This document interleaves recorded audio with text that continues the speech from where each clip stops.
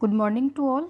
आज के इस वीडियो में हम संपूर्ण भारतीय इतिहास के कुछ MCQs देखेंगे, मल्टीपल चॉइस क्वेश्चंस देखेंगे और भारतीय इतिहास को समझने का पूरा प्रयास करेंगे।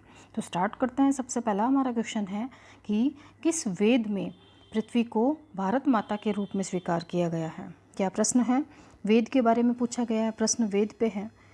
किस वेद में हमें ये जानकारी मिल रही है पृथ्वी के बारे में कि भारत माता के रूप में उसे संबोधित किया गया है? तो यह जो क्वेश्चन है इसका आंसर होगा अथर्ववेद में।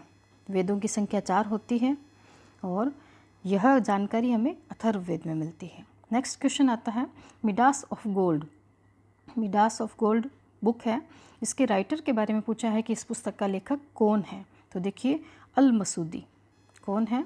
अल मसूदी ने एक पुस्तक लिखी थी मिडास ऑफ गोल्ड। नेक्स्ट हम क्वेश्चन देखते हैं विक्रम संवत की शुरुआत कब हुई थी। देखिए कई सारे संवत चलते हैं जिनमें विक्रम संवत की हम बात करते हैं, तो इसका जो प्रारंभ माना जाता है वह 57 ईसा पूर्व माना जाता है। तो कौन सा संवत पूछा जा रहा है यहाँ पे?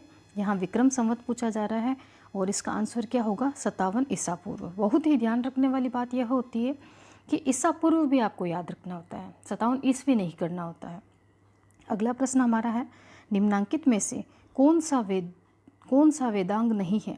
देखिए वेद जो होते हैं उनके अंगों की बात की जा रही है, तो वेदांगों की संख्या कितनी है? 6 है। जिनमें से कौन सा नहीं है? इसमें शिक्षा, ज्योतिष, व्याकरण है, लेकिन सूत्र जो है वो वेदांग के क्षेत्र में नहीं आता है।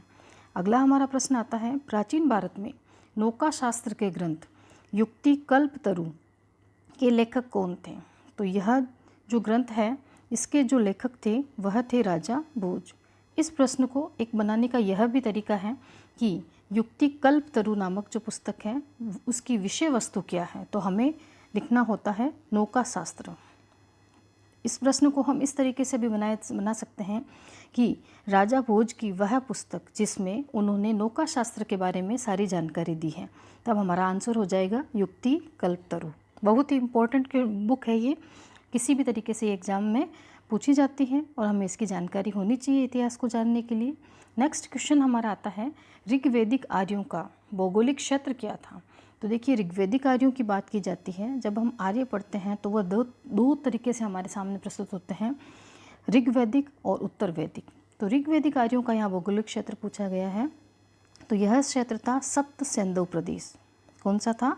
सप्त सैंधव प्रदेश। बाद में यह दोआब क्षेत्र में चले जाएंगे, लेकिन इनका जो भौगोलिक क्षेत्र है ऋग्वैदिक आर्यों का सप्त सैंधव प्रदेश कहलाता है। नेक्स्ट हम देखते हैं विश्व की सबसे बड़ी सभ्यताओं में से एक आती है सिंधु घाटी सभ्यता। भारत में पाई जाती है ये। तो सिंधु सरस्वती सभ्यता में विशाल स्टेडियम के अवशेष कहाँ से मिले हैं। तो देखिए विशाल स्टेडियम के अवशेष धोलावीरा से मिले हैं। इस प्रश्न को एक अन्य तरीके से भी बनाया जा सकता है, जैसे कि सिंधु सरस्वती सभ्यता का क्षेत्र धोलावीरा किस चीज़ के लिए फेमस है। तो विशाल स्टेडियम के साक्ष्य के लिए फेमस है। नेक्स्ट आता है महाजनपद। देखिए प्रश्नों की प्रवृत्ति है वह भी भारतीय इतिहास के अनुरूप ही है। भारतीय इतिहास के अनुरूप ही यह प्रारंभ में संवत समझा रहा है, फिर ये वेदों की तरफ हमें लेके जा रहा है, आर्यों की संस्कृति के बारे में हमें बता रहा है, फिर ये सिंधु घाटी सभ्यता की तरफ हमें लेके जा रहा है। अब हमारा टॉपिक में जैसे महाजनपद काल की बात कर रहा है, तो देखिए महाजनपद काल, तो महाजनपद कितने थे? 16 थे। महाजनपद काल में जिस स्थान पर सभा की बैठक होती थी उस स्थान को क्या कहते थे? तो उससे संस्थागार कहते थे। क्या कहते थे? संस्थागार।